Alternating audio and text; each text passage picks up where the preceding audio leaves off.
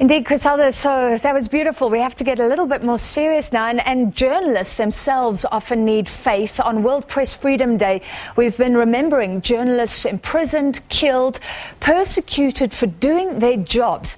Shiraaz Mohamed, a South African photojournalist, was abducted in 2017 when he accompanied aid organisation Gift of the Givers on a trip to Syria.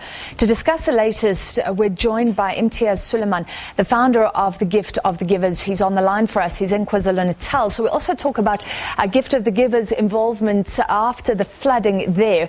Imtiaz, thank you for being with us. I know that you were updating South Africa a few days ago. Just remind us what information we have about Shiraaz, about his whereabouts, about his safety. Good evening, Francis.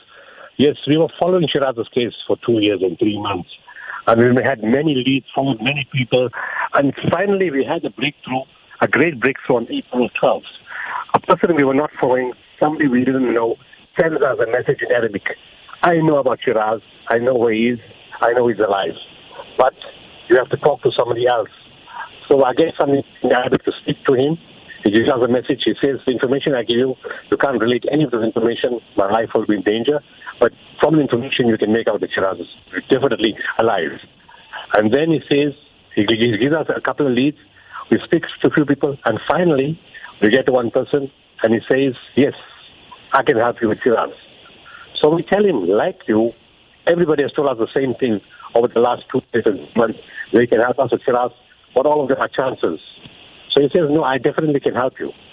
So we say, can you give us a proof of life video? He says, it will cost you.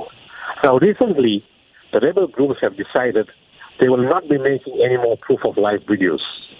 And if you insist on a proof of life video, it will cost you a lot of money. And a few months ago, we were told that if you want a video of Shiraaz against some other person, it will cost $300,000 US. Sure. So we told them, keep the video, we don't want it. So when this man said it will cost you, we said, look, we're not interested, fine, don't give us a video. Then a few days later, it was Friday the 26th of April, 10 p.m., this video comes through with Shiraaz in the video. And when Shiraaz starts speaking, he asked me personally, he asked the state president, he asked family and friends and anybody in the international community to help him. He said, please come help him. He is very afraid of his life. Where he is, there's intense bombing. The Russians are bombing very close by and is very afraid for his own condition. Please, please come and help him. And he got aboard, it says 13th of April. So this video was done on the 13th of April. Now, following from that story, What negotiations are taking place? What discussions are taking place? What are the prospects of release? Well, that's the next step. You know, that's the part that's very worrying because we now have to wait for them to get back to us. And we're hoping, they did call us today, and I can't give the details yet because I need to speak to the family first. What we were told and what my hospital is telling me inside Syria is that what Shiraaz was saying in the video is very, very true, that the bombing has intensified, it's getting closer, and it's getting more severe. Now, that's the part, and what the other things they told us, I can't release it today. I need to talk to the family first, and I will be seeing them tomorrow in Johannesburg. Thereafter, I will release what they've told us. Is this very hard for you personally, Imtiaz? Because we understand he was with Gift of the Givers going to Syria, and journalists in this country know you often take journalists on these trips. It's an incredible way to access certain areas that sometimes we can't access at all. No, well, actually, he wasn't traveling with us at that point. He went alone. One of my volunteers, he had spoken to one of my volunteers who lives in Turkey. And because he must have trip with us. You know, and to be honest, I don't even know Shiraaz. I've never met him. So he had made arrangements with one of my volunteers who lives in Turkey and who had good access to the hospital. And he said, okay, strangely enough, the time that he went in was relatively the safest time possible. There was no bombing. There was no fighting in the area. There was no shooting. It was safe. So he said, this is the best time to come. You can take pictures in the hospital. The patients come from everywhere, from all over the country. You can see them. You can go to the refugee camps. And he did all that. He took a lot of footage. No issue about bombing or shooting or getting killed. Nobody in the world expected that somebody would abduct him. Yeah. That has never happened in that area before. So on his way back home to the Turkish border, that's when he got nabbed by 2 cars. 8 people got out, put guns on him, put him in another car, took my other staff away from the hospital to another place 35 kilometers away. And then my staff got out and said, but they freed them. They said, you can go. So they said, what about him? They said, no, we just want to speak to him because we heard there was some misunderstanding. There was no misunderstanding. We don't know what they were referring to. And then they said, but don't worry, in 48 hours, we'll bring him back to your hospital. That was 2 years and 3 months ago. Sure. We're trying to assess press freedom. I mean, does this make you circumspect since then? Has it made you circumspect about taking journalists with you on trips? What do you think about the general acceptance of media being alongside you on these sort of aid operations? It's a journalist's prerogative. We go. In fact, we never asked them. The journalists always ask us. The strange thing is, the moment we announce a mission, in fact, before that, quite often the journalists will call us. They said, have you heard? This has happened here, there, and everywhere. Are you going? We'd like to join you. And you would find the initiative comes from the journalists themselves. And then you would find 10 from the same media group. And then you would call the editor and say, look, I can't take 10 of your staff. You've got to choose which one is coming. And in that way, the journalists would call us, and I would always brief them, as well as briefing my teams, especially if we're going to a war zone. And I would say, look, I'm going to paint the most frightening picture. It's preferable that you don't come. You can get killed. You can get maimed. Anything can happen to you. You can get terribly injured. Your family and behind would have a problem. And they would all say, without exception, be journalists, be the medical guys, we're coming. We are adults. We know the risks.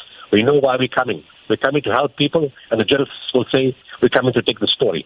So if this is their own initiative, this is the profession. You're a doctor, you can get disease in a hospital. You go in a war zone, you can get bombed. You're a military guy, you can get shot. You're a policeman, you can get killed. So it's a risk that you're fireman, you can get burnt. It comes with a job. When you do the job, it's conscious decision that something can happen to me if I go into a dangerous place. Yeah. So they all come on their own. I can't stop them if they want to come, because it's part of the profession, it's part of the growth. So I won't stop taking journalists as long as they want to come with. Yeah. That's good to hear. So a lot of brave journalists out there, and it's the same in your work. So relief workers as well, heading into danger zones. Let's end off just with a quick summary, because you are in KwaZulu-Natal. That's why you're not in studio. Tell us about your project there to build 80 homes, and try and describe for people who aren't there the aftermath of the floodings. The flooding was really huge. It destroyed bridges and many homes. The homes fell from the fields. In one area, the 80 homes that we're talking about was in a place called Bottlebrush. 80 homes got washed away. In another place called Welbedacht, the water came in at midnight and the whole family got washed away. In Westford, in a school, a house where 7 of the caretaker and his family was staying, all 7 got killed because the wall fell on them. But everywhere you went, you saw the severity of the destruction. What was very, very unusual, never before in the history of South Africa has a storm killed 70 people. Secondly, never has a storm had such an extensive reach. It stretched from central Durban, Manion Hill, Pinetown, Isipingo, Chalcross, Chatsworth, Prospecton, Amanzimtoti, Amzinto, Margate, Ifafa Beach, Port Shepstone, and not even to Port St. John's. And that has never happened before. The other thing is, whilst we were helping people, assisting them over the first few days, we thought we had reached everybody. But now we are finding that we've only started. The amount of people that have been affected has just been increasing in number. And we go to all the areas to verify that the recipients or the people in need when we get the calls. I mean, in Port Shepstone alone, there's more than 2,000 families affected. In Amzinto, more than 600 families affected. In Durban, we're finding more and more areas every day. People said, but nobody came to us. So we said, but we didn't know you were affected. And you're finding more and more the destruction and extent is really, really huge. Sure. So this is absolute devastation. Thank you so much for that update and for your efforts trying to free a South African journalist still being held captive in Syria. That was the founder of Gift of the Givers, Dr. Imtiaz Sooliman.